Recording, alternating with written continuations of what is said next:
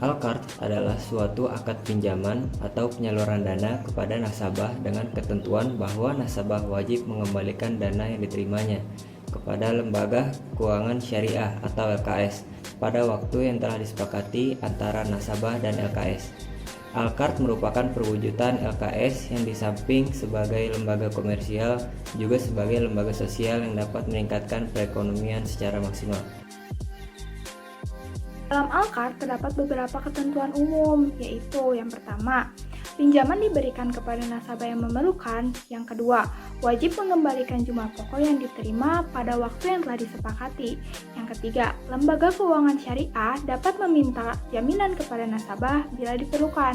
Yang keempat, nasabah dapat memberikan tambahan atau sumbangan dengan sukarela kepada lembaga keuangan syariah sepanjang tidak diperjanjikan di dalam akad. Lalu yang terakhir, jika nasabah tidak dapat mengembalikan sebagian atau seluruh kewajibannya pada saat yang disepakati, maka lembaga keuangan syariah dapat melakukan dua hal, yaitu yang pertama, memperpanjang jangka waktu pengembalian, atau yang kedua, menghapus sebagian atau seluruh kewajibannya.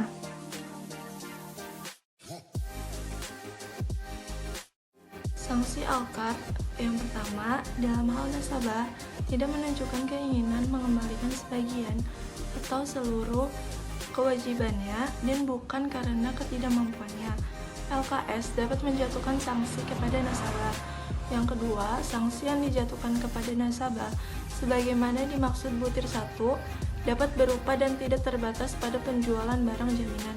Yang ketiga, jika barang jaminan tidak mencukupi, nasabah tetap harus memenuhi kewajiban secara penuh.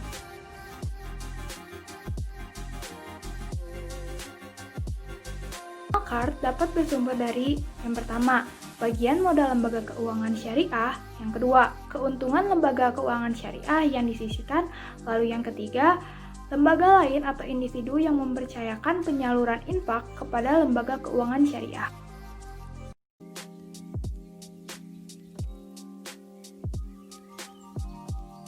Aplikasi Al-Qard dalam perbankan biasanya dalam 4 hal. Yang pertama, sebagai pinjaman talangan haji, di mana nasabah calon haji diberikan pinjaman talangan untuk memenuhi syarat penyetoran biaya perjalanan haji.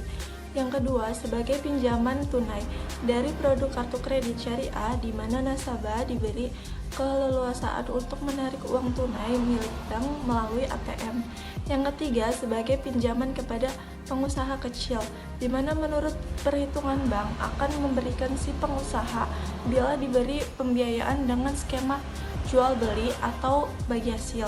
Yang keempat, sebagai pinjaman kepada pengurus bank, di mana bank menyediakan fasilitas ini untuk memastikan terpenuhinya kebutuhan pengurus bank.